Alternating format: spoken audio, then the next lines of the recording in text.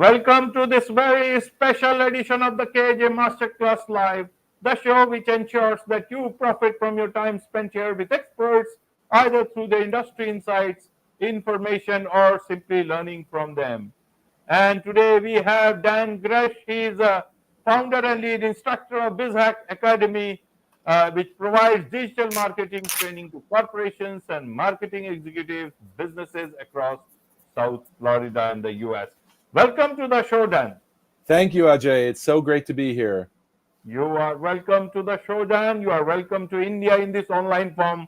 And I'm sure not just in India, but a lot of people across the globe will benefit from what we are talking about. We'll be talking about storytelling, the power of storytelling and digital marketing for small businesses. So first, Jen, to understand about your background, if I understand, you come from the news background, and then you have been into this BizHack Academy. Tell us about this transition. Tell us a bit about your journey so that the audience understands about you directly from you. Wonderful. Well, I started my journalism career 30 years ago when I was in high school. One of my very first stories, I exposed a ring of theft in the locker rooms of the boys and girls gym classes conducted by the head of security at the school. And I published that information, and he lost his job, and I've been just a journalist ever since. Spent 20 years. You can actually see right there is the book that I was part of with the Miami Herald when I worked for them for more than 10 years. Up here, you can see the Pulitzer Prize that I was part of as a young journalist. So I had this extraordinary 20-year career in journalism, was so blessed. And then overnight, it all went away. I lost my job like so many journalists in the United States and around the world, and I had to reinvent. And I reinvented myself first, like many journalists do, as a PR person and then a marketer, and then a digital marketer. And I realized I had so much I needed to learn. So I started to teach classes, because I don't know about you, but I love to learn by teaching. So I was able to get myself in with the local college, and I began teaching classes, and I began to realize that, yeah, I liked marketing, but I really loved teaching. And then after a number of years of teaching at the local college, I began to realize that, there was a really big need for this. And I didn't want to necessarily do it on behalf of the local college, which, like many universities, doesn't pay very well. So I actually wanted to start my own training academy, and that is BizHack Academy. We're 7 years old. We've always focused on marketing for small businesses with an emphasis on the business story, and we hopefully can talk a little bit more about that. We've won, a number of awards. You can see those right here for our work, particularly during COVID.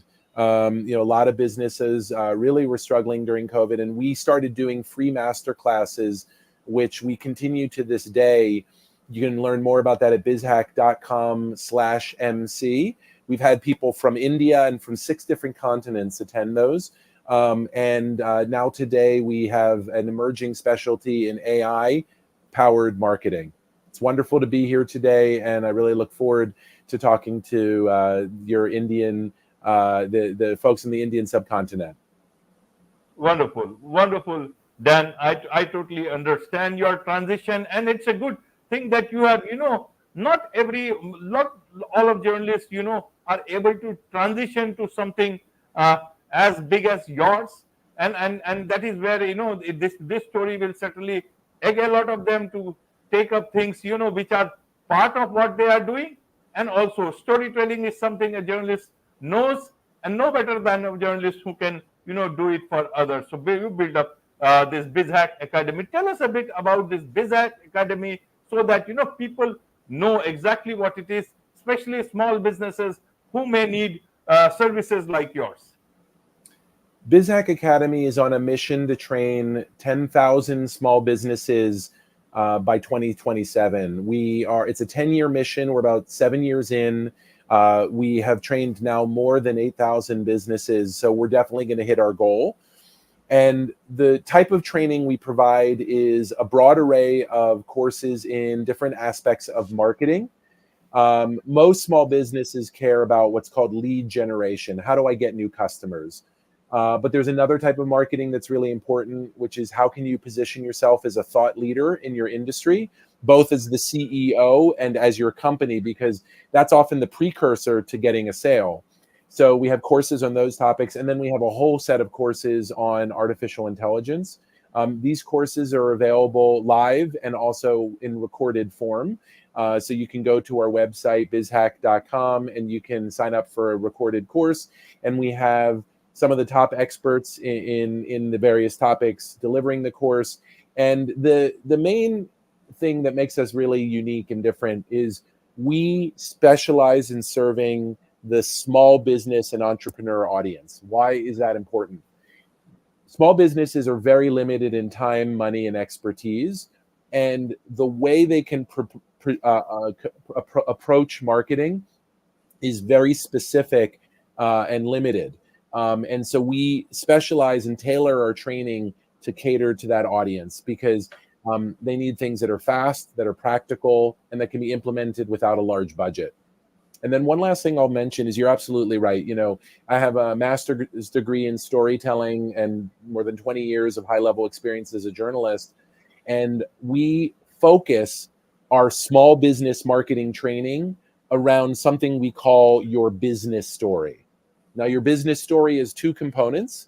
It's your story of me. Why is running this business important to you? And then your core purpose, which is why does your business make the world a better place? So it's really about personal mission and motivation and how your business is impacting the world. When you can articulate that in a powerful way, you have an immediate differentiation with all of your competition because everybody has a different story of me. Everybody is doing it for different personal reasons. And in the end, marketing is about a human-to-human connection, and sales is about working with people you trust. So let me actually do a little, if it's okay, can I tell my story of me? Yes, please. I'm going to show you the power of a story of me. So you now know what I do. You know about all of my awards and about my accolades. And the truth of the matter is, all of that's fine and good. It's putting me a seat at the table. But the question is, do you trust me, right? Do you believe that I will do a good job for you? Well, let me tell you a story about why I do what I do, and then ask yourself that question. First of all, what you've heard so far is not enough. Like, there's lots of people with gold-plated resumes, lots of people who have big prizes. You know, who knows how much, I paid for those awards. You know what I mean? Like, anybody can make up a credential, but listen to this story about why I do what I do. So I am the son of an immigrant from Spain, and my grandfather on my father's side was a professional soccer coach in La Liga, at the highest levels of La Liga. His name was Dan Grech. And when I was a young boy and I would visit him in Spain, people would tip their hat at him. He was so well known and well respected. On my mother's side is Henry Marcus. My mother is an American, several generations from Europe. And my grandfather, Henry, taught physics for 35 years in the second oldest public high school in America, Central High School in Philadelphia. And so this heritage of coaching and teaching is carried through me 2 generations later. And I built a coaching and training company to honor the memory of my grandparents. Now, my mother, Henry Marcus's daughter, was a school teacher in the local public school system. And we lived in a nice suburb of Philadelphia. I went to a great local public school that was mostly attended by the children of doctors and lawyers. But my mother, for 35 years, got in her car and drove into some of the poorest neighborhoods in Philadelphia, and she taught art to children who had nothing. And she taught me the power of working on behalf of the underdog. So yes, I do a teaching and coaching company, but it's not for Fortune 500 companies. It's for the underdogs in our economy. And there's no bigger underdog than the small business.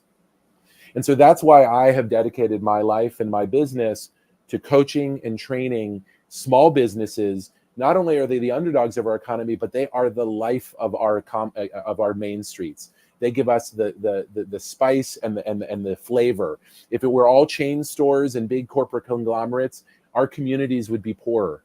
But these small businesses, you're struggling. It's difficult to be a small business in this economy with the technological change and with the massive competition from the big incumbent players and the big tech companies.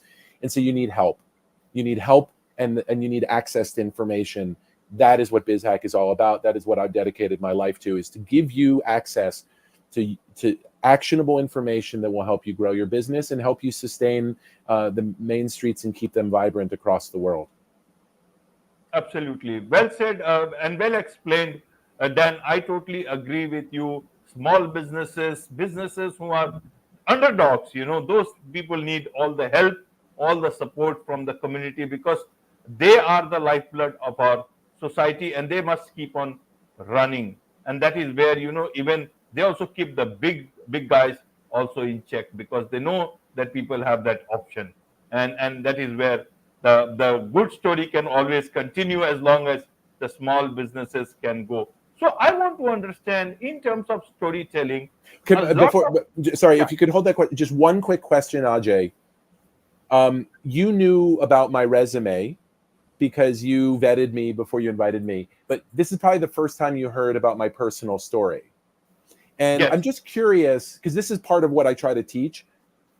What emotion did you feel as you listened to me? And how did it maybe change or add some color to what you knew about me? I just wanted to hear you reflect on that, since you're hearing it for the first time. It is authentic. It makes me know you better. I feel that there is no mask, and it not only takes me, that not only tells me about the person who is in front of me, but also tells me that the background is also real, and not just this background, but the background that you just explained. Nowadays anybody can build a background, a fake background, with the help of artificial intelligence and anything. You can also make it out, but that is very difficult for many people. In your case, this is, when we talk about the real authentic person, as I said, this is all about not only the person in front of me, but also in front in everything about the past, about the history, and why you are doing certain things, why your mother's teaching matters to you, and why you are doing things, why you were how you have transitioned from a journalist to doing things. And it is not just about money. It is mainly about adding value to the community, and a community which is very much important for us.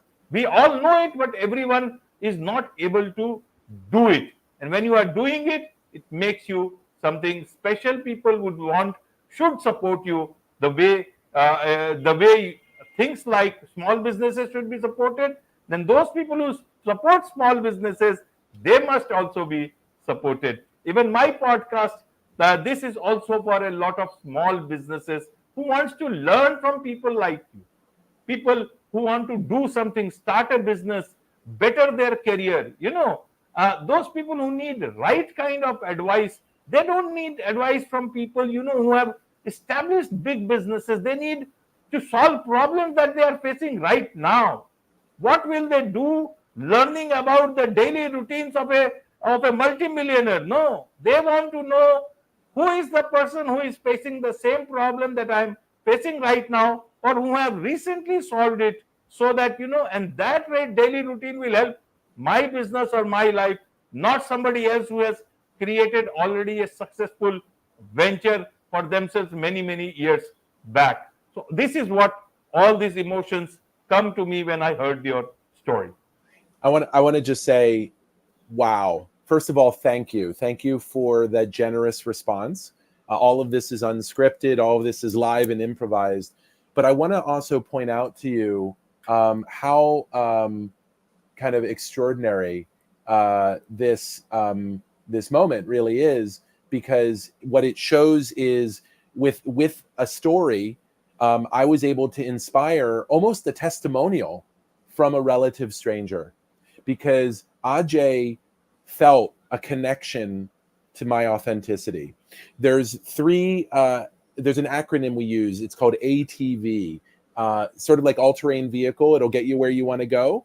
But A is authenticity. And one of the core values of BizHack is to be authentic. T is transparency. And V is vulnerability. I've talked about, losing my job and having to reinvent mid-career like so many of us have. And ATV is the core of success, particularly on social media, definitely in the era of AI, and absolutely it's the one thing a small business has that the big corporation can never match. So it's your only real differentiator is that authenticity, that transparency, and that vulnerability. And if you can do that and master that skill, you will create super fans, you will be sustained, and you will grow. Absolutely, absolutely, Dan. So, in terms of authenticity, when we talk about authenticity, small businesses, while telling their story, sometimes may get swayed by those big, branding by other people, other companies, and they may think, why don't I change my story a bit? And sometimes it may tinker with your authenticity. How is it that they can still make their story good, better for people, more presentable, but does not in any way tamper with their authenticity? How do they tell this part of their story? What a beautiful question. I've been working on this area for many years and never gotten this particular question. So what you're asking is, what happens if there are parts of my story that don't really align with the business I'm building, right? What do I do about that? And it's the short answer is, it is impossible for an individual to be both the storyteller and the editor, right? Like, you need a writer and the editor. And if you are the person whose story is being told, you need someone to hold up the mirror to you and help you shape that story. The stories are precision instruments that are designed to create specific emotions. I have 3 stories that you've heard all of them, and each of them are designed for slightly different things with a slightly different audience in mind. The first is the story of losing my job and having to reinvent, right? That people love that reinvention story, but it's also a story about the worst moments of my life, losing my job and years of being lost in the woods. So it's a painful story for me. So it's a story of loss, a story of fear.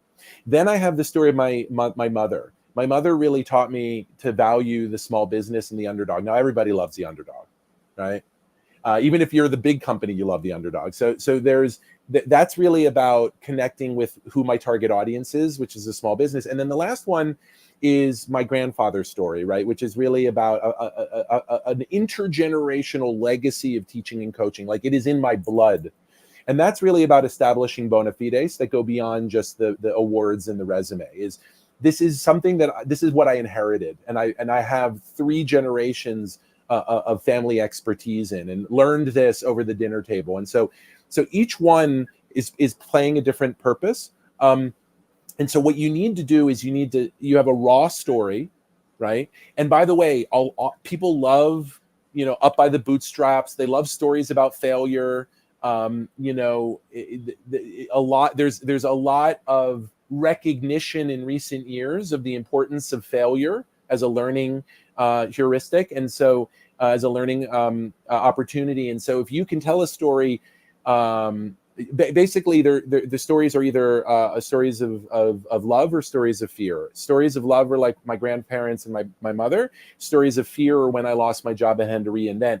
And in many ways, most businesses are actually propelled by stories of fear, stories of loss. There's usually a trauma or a tragedy at the start, at the launch of most businesses that gets people going. For instance, a lot of people will say, I run a childcare center because I was abused as a kid, and I don't want any child to ever have to experience what I experienced.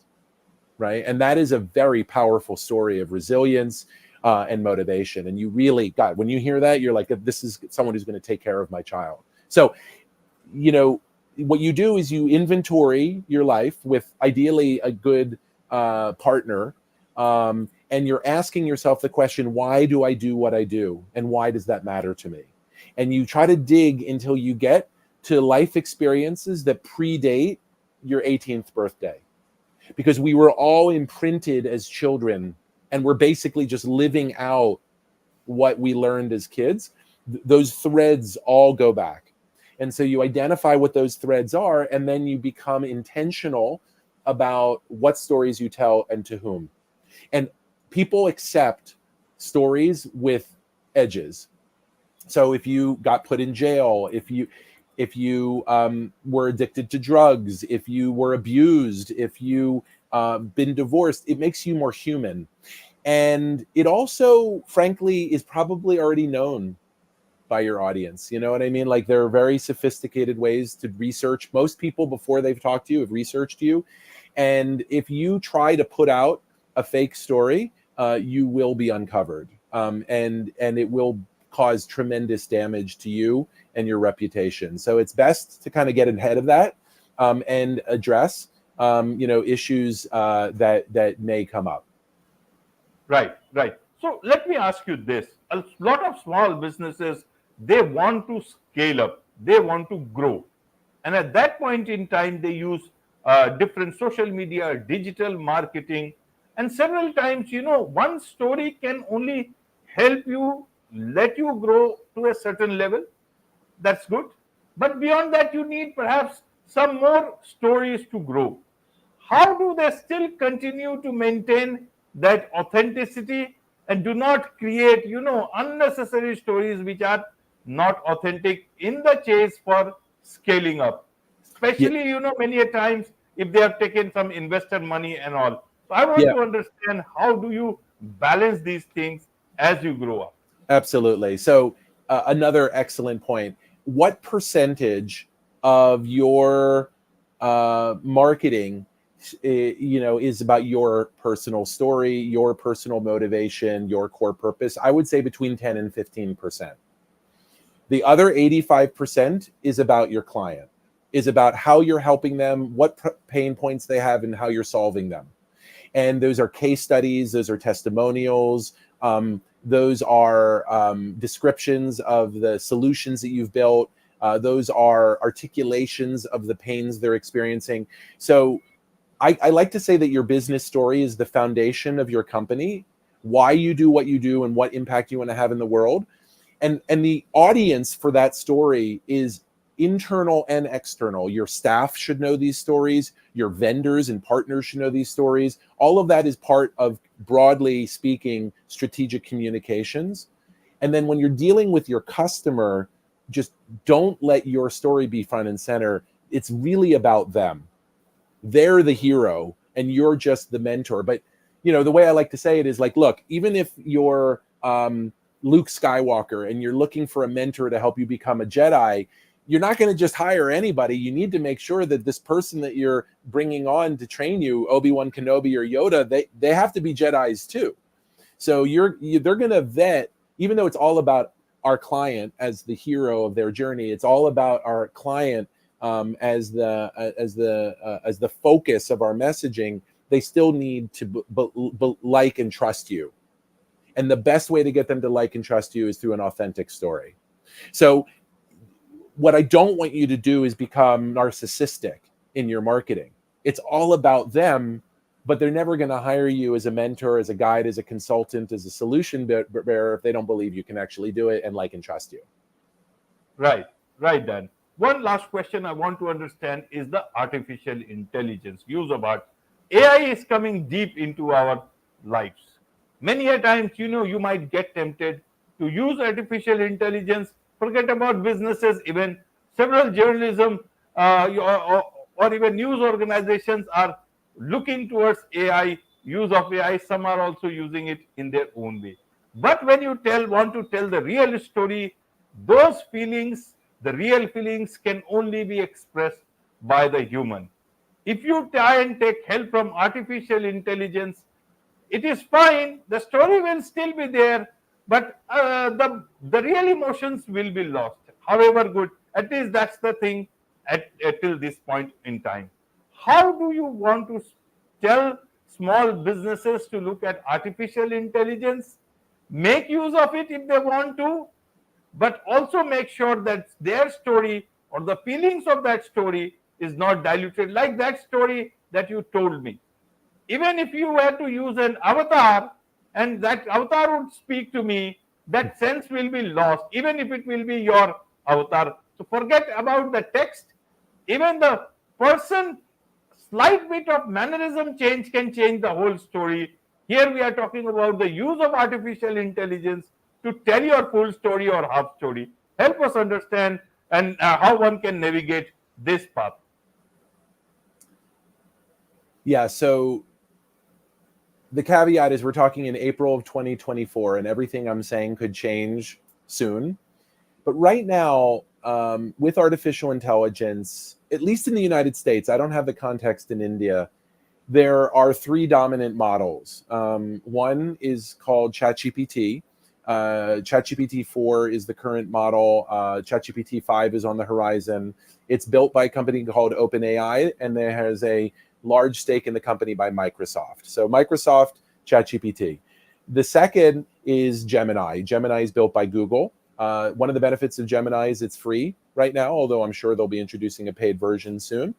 And between ChatGPT 4, which you have to pay for, and Gemini, they're pretty close. And the free version is better. And then the third is called Claude 3, which is built by a company called Anthropic. And Anthropic just got a huge investment from Amazon. So those are like the three models. Now, your question is, what can AI do, and how does it sometimes like overpromise and underdeliver?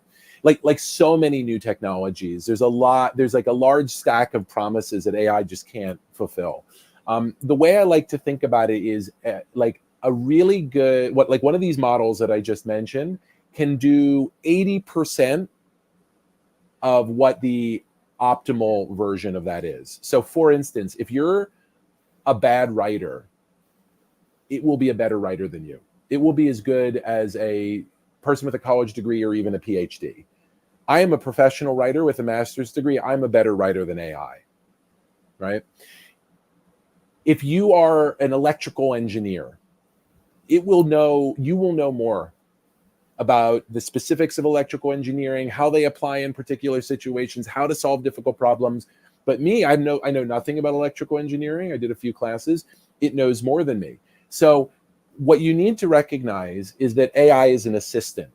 It's a partnership. And there are going to be areas, depending on who you are, where AI will be better than you or your team at certain things. And so you can leverage that skill, but recognize the work product is only 80%. Now, when you are, let's say you're an engineering company, 80% quality is going to put you out of business.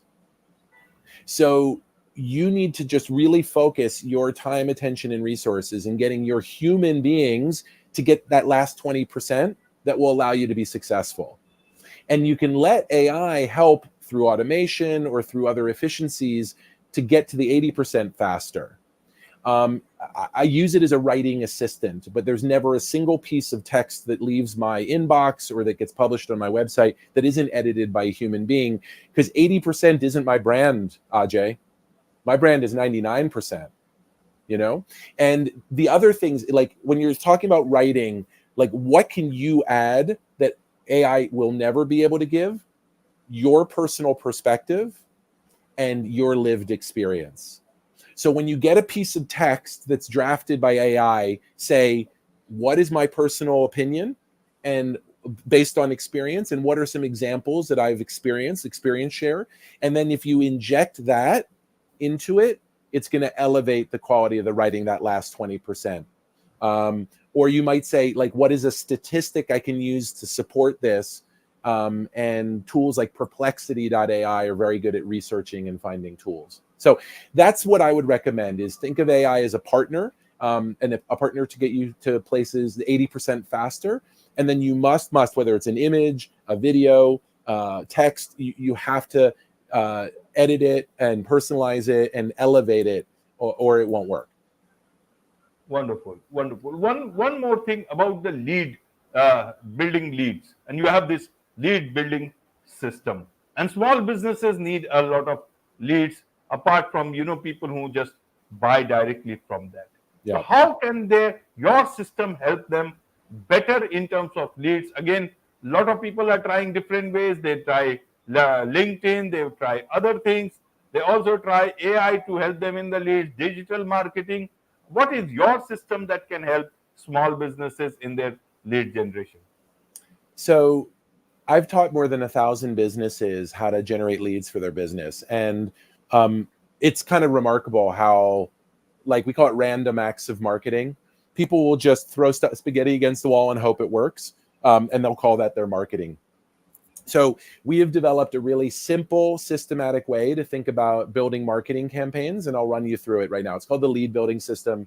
We spent most of this conversation talking about the foundation, which is your business story. And then there are 6 pillars for every marketing campaign that you build on that foundation. The first is, what is your campaign objective? In other words, what are you trying to get the user to do? And this is usually some kind of digital action, like it could be to watch a video, to click on a link, to read a blog, to fill out a form. So that is where your success metrics are defined. The success of this campaign is how many people watch the video or how many people click on a form. Then you need to know who is your target audience. And this should be your ideal audience. When you're a small business, you do not want to be trying to reach out to anyone but your favorite ideal customer, the people who you love working with, who are profitable, and who love working with you. So always be really mindful that when you're reaching out to your ideal customer. That's pillar 2. Pillar 3 is, what are you offering that stranger that will make them raise their hand and say, I want to stay in touch with you? So we call that your irresistible offer. And usually in most of marketing, a lead is an email address and a phone number. So you're asking, what are we giving in exchange for their contact information, right? And that could be a coupon, a discount, a free consultation, a white paper, there's a quiz. There are a lot of different things, a webinar. All of those are examples of irresistible offers that collect contact information. That's marketing strategy right there, audience and offer. Now, how do you actually execute that? You need to have great visuals and you need to have compelling messaging. So that's really about the execution. Those are pillars 4 and 5. And particularly when it comes to digital marketing and social media, it's got to be a video. Video is really the way we communicate online. So finally, the last piece is we call it the customer journey, pillar 6. And pillar 6, customer journey, is what is the journey from stranger to sale, right? So if they're a stranger, they see a video ad on Facebook and they click a link and they go to a landing page, right? So you're measuring the success and how many people watch the video, how many people clicked on the link. Then you get to the landing page. That's a separate campaign. It's how many people entered their contact information and clicked submit. Once you get their email address or their phone number, how many of them actually ended up on a sales call? How many of those sales calls actually converted into customers? It's a series of campaigns that lead from stranger to sale. That's what the customer journey maps. And that simple process, you can use that to build every campaign and to build a whole marketing strategy. Wonderful, wonderful. It's a lot of things to understand from you. A lot of people would like to learn from you, Dan, and also connect with you in terms of business engagement. So, what is the best way for people to connect with you? So bizhack.com, bizhack.com, also BizHack Academy on all the social media channels. Follow us, like us, and then I definitely recommend you start attending our free masterclass series. That's bizhack.com/MC for masterclass, MC. Wonderful. With this, it's a wrap on this very special edition of the KAJ Masterclass Live. Thank you so much indeed for joining us. Thank you so much.